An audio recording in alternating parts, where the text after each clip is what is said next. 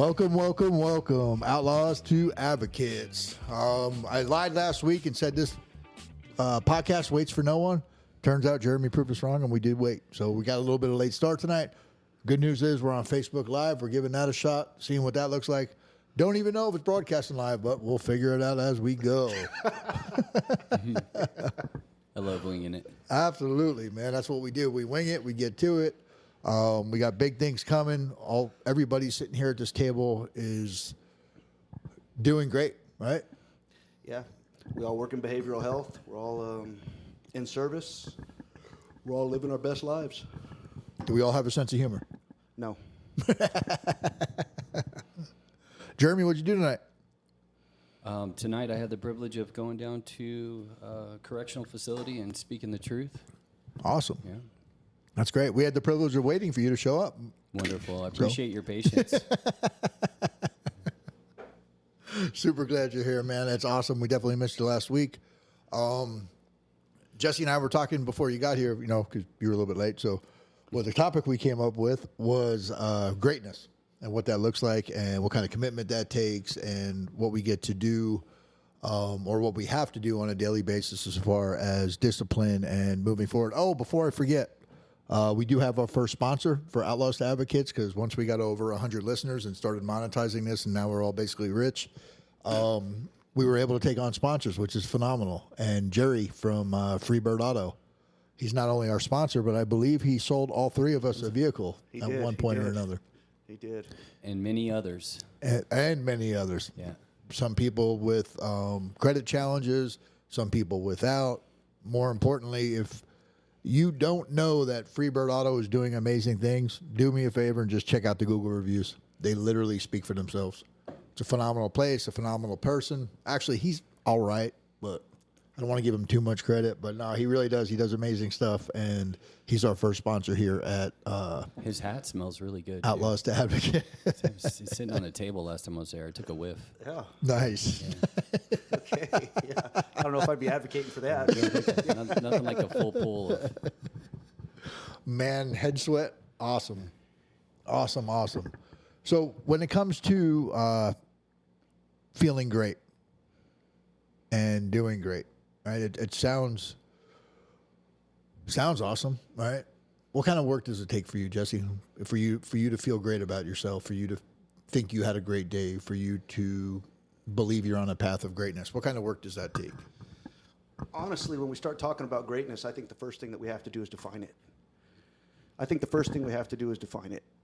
For me, for the majority of my life, I based success solely on how much money was made. No. And I thought that if I made a lot of money, that made me successful. But even when I was selling drugs and I had a lot of money, I wasn't happy. I never could find any happiness in the reality. I got to interrupt you because I just noticed that Jerry Trafney is watching on Facebook Live. So I take back my comment of him being all right. He's actually great.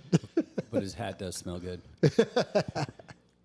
Go ahead, Jess. Getting back into greatness, though, if I had to look in the mirror and I had to ask myself, what is greatness and what does that look like for me today?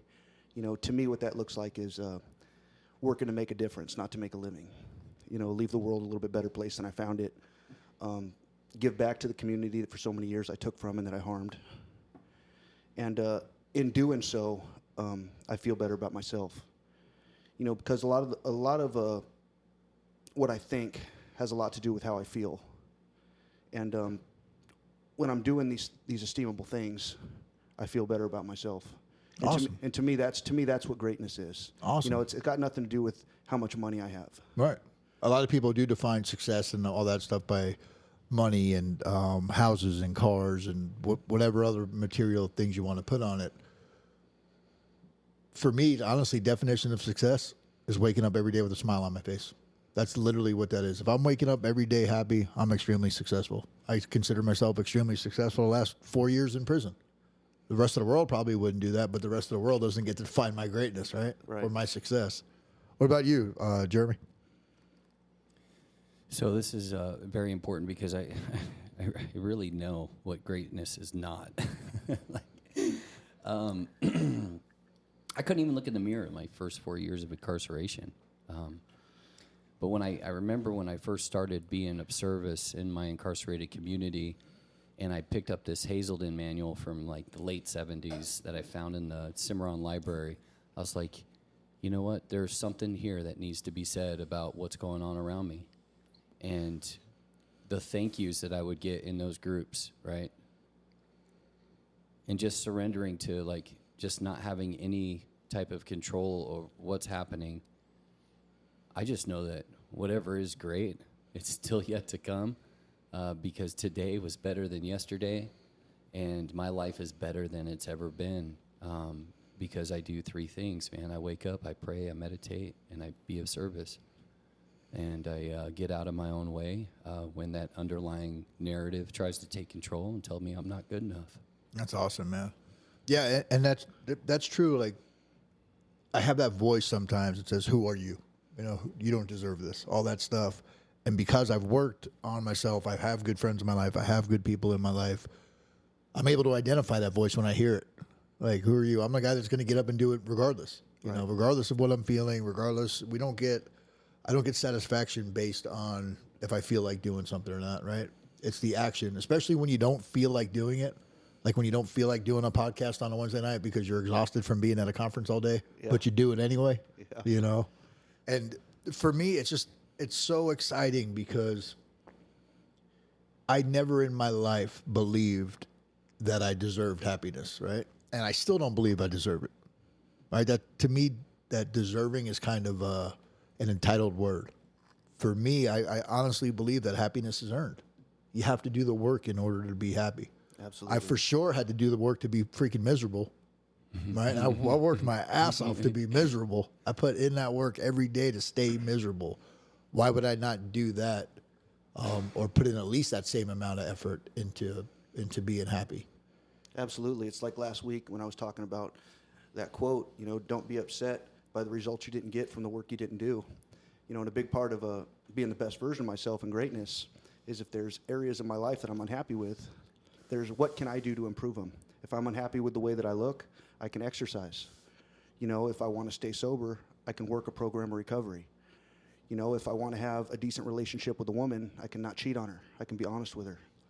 You know, and all these different things. If I want to learn something, if I can educate myself. You know, there's different things that I can choose to do that are going to make my life better. And it's really as simply as making a choice and acting on it. I mean, I can sit around and I can want all these things, and I can be in self-pity and, you know, wonder why I can't, or make all the excuses as to why I shouldn't or why I wouldn't. But the reality is that being the best version of myself means that I have to be willing to take action and sometimes do things that I don't want to do to make myself better.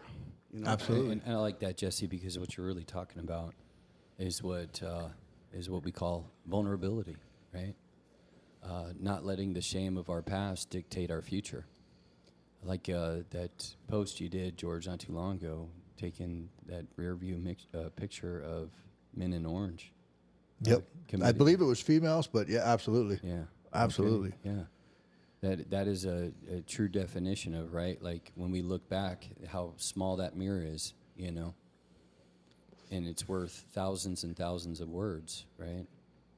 It was a very vulnerable time for us, and we chose to make a difference. I'll tell you, from the most vulnerable place on the planet, where you are completely powerless and trapped and you have limited choices, and we chose service, right? I think that's what's really transcended. We decided to get vulnerable and be of service, and it's transcended out here to what we're doing today and what we're empowering everybody to be. I kind of like to bring it back to what Jesse said. You said if you're not happy with the way you look, you could exercise. yeah. Yeah. What if I'm not happy with the way you look? Yeah. Then you can call your sponsor. Yeah. That's great. I held on to that. I'm like, I can't forget this. I can't forget this. Yeah. Just held on to it, huh? Yeah. I had to, man. But honestly, one of the things that I found a big part of being great, man, and I really believe there's nothing more rewarding than helping somebody else build their life and get their life back together. Absolutely. Yeah. For me, There's nothing more rewarding than that. Yeah. I have literally shoved every single thing you can freaking imagine in a syringe into my arm, right? Over and over and over and time and time Did you and ever time use again. one of those Toilet water? No, toilet water. Well, yeah. No, I mean like one of those pumps that pump up a basketball.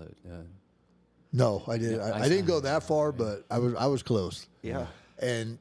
But the thing is, like, I can literally see at this stage, in working with people and being in the recovery world, the second someone starts to believe in themselves, I can literally see it. Like, you can see that light go on. Like, holy shit, You can see the hope. I can do this. I took somebody on a tour today where I work at, and I'm so used to seeing people, especially with us, right? We're covered in tattoos. We got a little bit of prison lingo. We got that background. I'm so used to seeing people who look like us walk around with that hopeless look on their face, right? With the prison face, no smile, no reaction. Everything's baseline. It is what it is. But when I walk into work and I get to see all these people who are beginning to believe in themselves, Absolutely. right? They're smiling, they're laughing, they're telling jokes, they're just enjoying being a human being. Because in our addictions and everything else, it's so hard. Like, there's no joy in that. We string some moments of pleasure together and say we're happy, or I don't even think I used to say I was happy. I would say I was having fun, or whatever stupid label I was using. Did things that made you I feel don't know, good. man. I pick up shit gets weird real quick. Absolutely. Yeah. But seeing that hope, seeing the smile, seeing people believe in themselves, man, it's better. It's the best feeling in the world to me. It is literally the best feeling in the world. I really believe that, there's a light in each and every one of us. And if we can be the facilitators to help just even spark that little bit of hope, to help them reignite that flame that's inside of them, man. Absolutely. That's amazing just to see that. We get to see that every day at work. Yeah. It's a huge responsibility. Absolutely. I went to I go into prisons on Fridays, right? And I do I run a personal development, or I facilitate a personal development group, and to watch the guys in there talk about themselves, right? And in a positive light, to get up and do some public speaking, to take control of the room, to own the room, to own that space, and to say, hey, I'm here, this is who I am. And, you can feel the confidence, you can see that. And one of the guys in there told me, we were talking about different values and what you see in the other people that were in the room. And the one guy said to me, he said, man, well, you're selfless. I said, oh, okay, where's that coming from? He's like, well, you come in here every Friday night, you're not getting paid, you're just volunteering, this, that, and the other, and you really get nothing out of it. And I could have just let that lie, but I was like, absolutely not true. Yeah.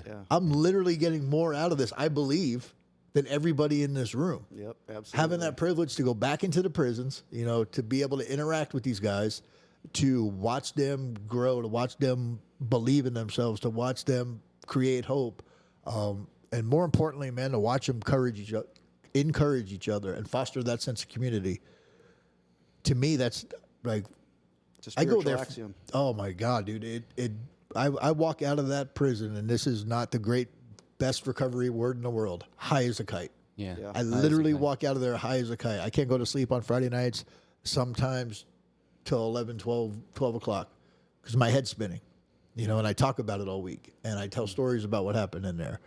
And it's the highlight of my week. So what might look selfless to those guys, like, hey, why would you come in and why this? I'm not just going in there because it's nice or because I'm just a volunteer advocate. I'm going in there because it feels great. I'm By pouring into their cup, yours overflows. Oh, absolutely. That's the way it works. Absolutely. And like that night, that specific night, I barely spoke. I just got to watch them, because the group's at a point now where it's almost running itself. They know what's expected. They know what they expect of each other. They hold each other accountable. They talk about the stuff. If someone, hey man, what happened this week? Oh, okay, and they come up with their own accountability for it, and it's so awesome to be a part of that. It really is, and it's literally one of the best feelings I have all week long. Yeah, all week long. And what amazes me is that this light, this strength that draws us, to them, is not only refuel for us, right? But to me, it's like winning the friggin' lottery, dude. Yeah, absolutely. Right? I've been given a ticket and a responsibility from my higher power to kind of just bring my flashlight, right? And just even when I get there and I just meet somebody and I'm bringing 80%, you watch them just, you know, with that 20%, turn that switch on, and the next time you see them, they're 80%. Absolutely. Right? And what they don't see is that sometimes I'm 20%. Absolutely. Right? And I'm walking out of there on an even keel. So it's a definite two-way street. So the cool thing I want to share with you guys today, this morning, I submitted a proposal to the Arizona Department of Corrections to be able to go into one of their facilities and broadcast live with staff members, with participants in the RSAT program. And the chances of it happening are probably pretty slim, you know, but if that does happen, that'll be pretty cool. It'd be amazing. Absolutely. So the paperwork's in. We'll see what that looks like. We'll probably line it up on a Saturday. Definitely not going to be 7:15 at night, Jeremy. But we'll get it done on a Saturday, and we'll go in there and get to experience that, which will be hopefully awesome. You know, it's crazy as we're sitting here talking. I was just thinking what my life looked like 10 years ago. You know, on the streets of Phoenix, strung out, selling drugs, running around with guns, going nowhere in my life, just hating my life, just felt like my life was over. And you know, when I look at like what my life looks like today, like what a day in my life looks like today as in comparison to what it looked like a decade ago. I mean, I never would have imagined being where I'm at today.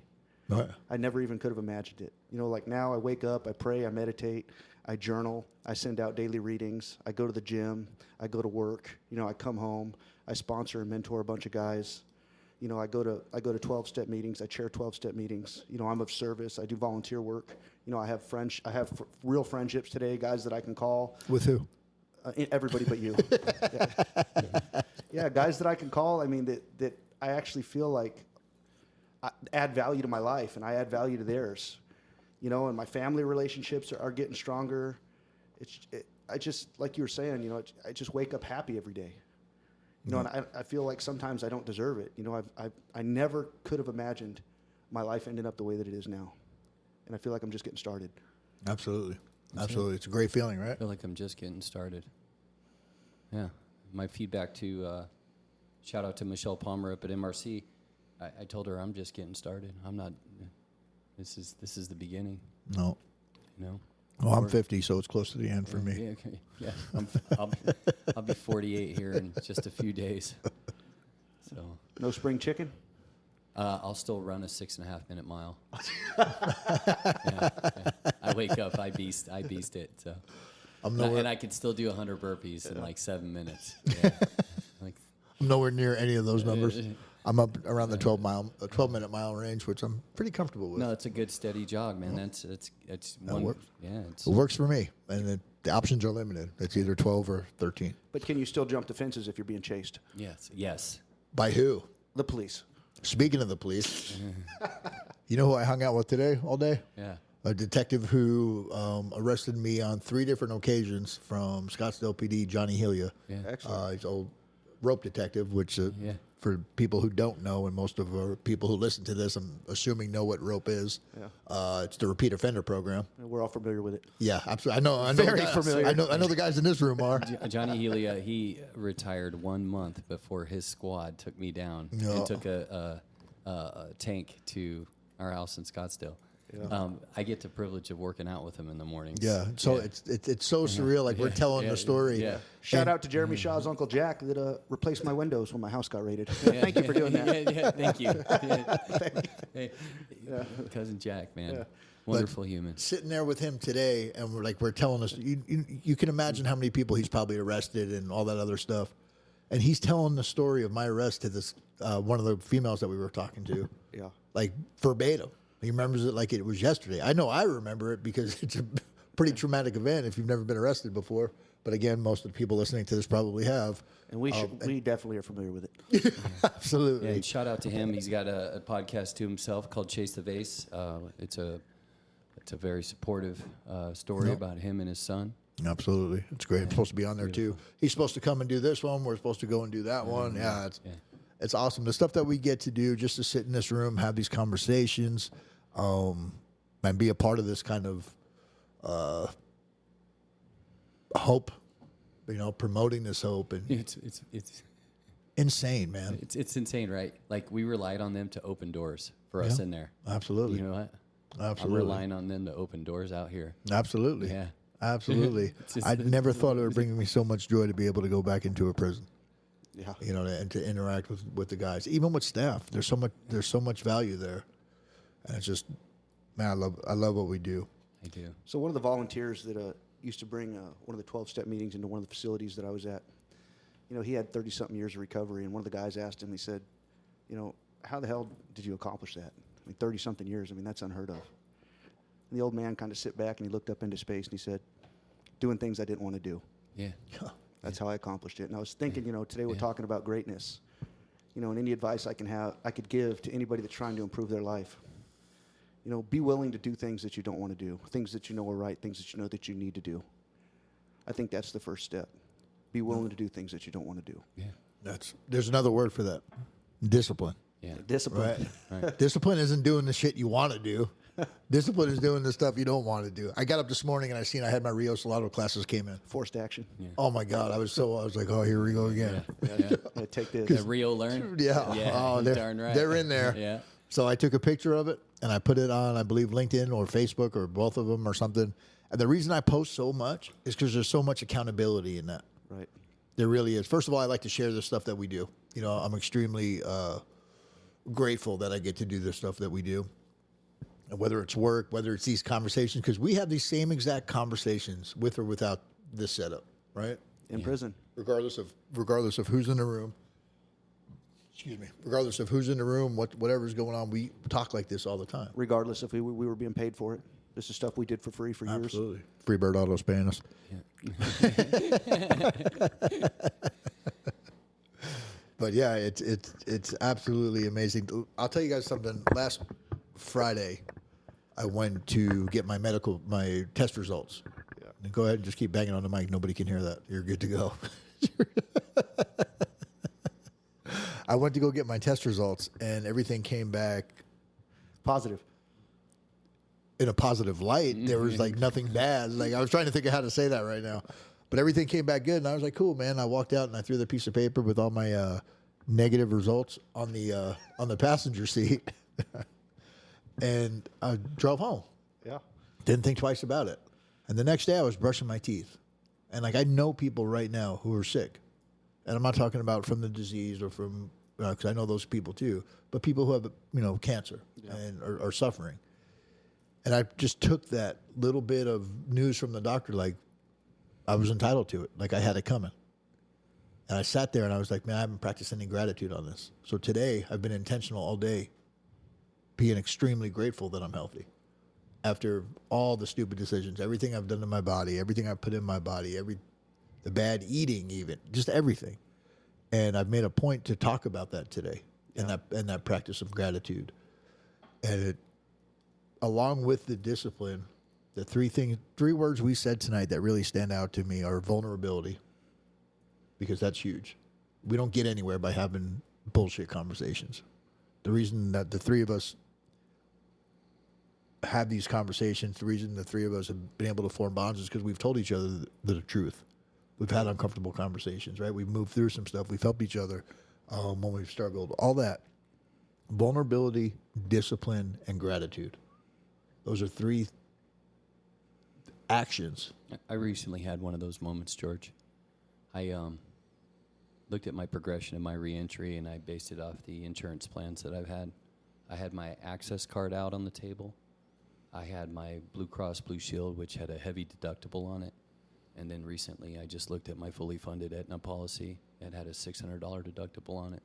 And I said, I can finally get my gunshot wound in my leg and the screws and get it evaluated. And that happened in 2004. But that's what you get when you try robbing a crack dealer without a gun. Have you ever tried that? No. Okay. No, Yeah. Never was a huge fan of crack, thankfully. Yeah. That's good. But yeah, Yeah, it's good. it's one of the things I have going for me. I don't have much. I'll tell you, the story pretty much ends at, what is it, our favorite, incomprehensible demoralization. Yeah. Yeah. But yeah, I looked at these three cards, and I'm just like, this is it, man. You know, hey, the other thing, right? This is so funny. I got out, I went to the DMV, and the lady at the DMV, I'm sitting there looking at her. She's like, I can't give you a new license because you have a $500 abandoned vehicle fee. I'm like, which I paid that, by the way, just recently. And I said, ma'am, how many times have I gotten a new driver's license, a renewal? She looked at me and she goes like, I've never been asked that question. I said, well, I'm curious how many times I threw my life away. And she said 17 times. No. 17 times. I had chosen not that my name wasn't important. No. Right? Absolutely. Absolutely. But I got my MVR report in prison because Jerry had started this driver's license rehabilitation class, and we figured out how to get we were figuring out at the time how to help people get their driver's license back while they're incarcerated. And I got my MVR back from the MVD. And that thing was like 3 pages long of every time. I didn't get a driver's licenses, but the new state ID. Yeah, new state ID. And I was just like, shocking. yeah, it's unbelievable. Talk about a track record of just a mess of my life. I got one of those letters after like 3 months after I was out. They said, come down to the Phoenix Police Department and pick up your property. And I was like, well, this is strange. So I go down there, and 4 of those IDs were in there. I almost feel like if you go to prison with a valid driver's license, you like weren't a real drug addict. You definitely didn't know you know, what I you're doing. almost- You definitely didn't know what you're doing. I almost feel like that's almost always lost along the way, somehow, some way. So as we wrap this up today, as far as greatness goes, what do you got to say? Do the things you don't want to do. Attitude of gratitude. Don't be too hard on yourself. And just know that sometimes it's going to get harder before it gets easier. But it does get better. Absolutely. Awesome, man. What about you? Get uncomfortable. Have uncomfortable conversations. Get vulnerable. Take a good look at yourself. If you want to know who you are, look at your track record. Track record speaks for itself. Once you can internalize your own data, and then you can start looking at it from an observer's point of view, you'll truly understand what greatness is actually going to look like. It's going to look the exact opposite. Absolutely. of that. Absolutely. It's going to look the exact opposite. For me, and just this is the way I'm able to see things. If you want greatness, you have to do great things, right? So Right. at the end of the day, if you're not able to identify at least one thing you did that day that was great, that was above average, that was outstanding, that just really, really stands out, you're not on that path. One thing you did today, George. One thing I did today was I got to tour a Dr. J from Grand Canyon University at my work. Awesome. And to watch her respond to the amazing stuff that happens inside there. The tour is usually about 25 minutes. It takes me to take them around and show them everything or whatever. I was with this woman for an hour and a half, and then like another 15 minutes in the parking lot. Nice. And I was actually a few minutes late to the conference that I was going to at Southwest Behavioral. Well played. Yes, absolutely. Yeah, well played. Absolutely.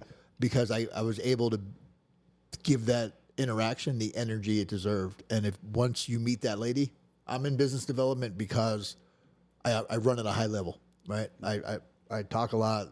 I move a lot. That's just inherently a part of who I am. Yeah, you're This good at lady was 47 levels above me. Wow. I mean, the energy she brought into that place, I guarantee that building is still vibrating. And spending time with her today and learning from her and getting to be a part of that experience was absolutely great.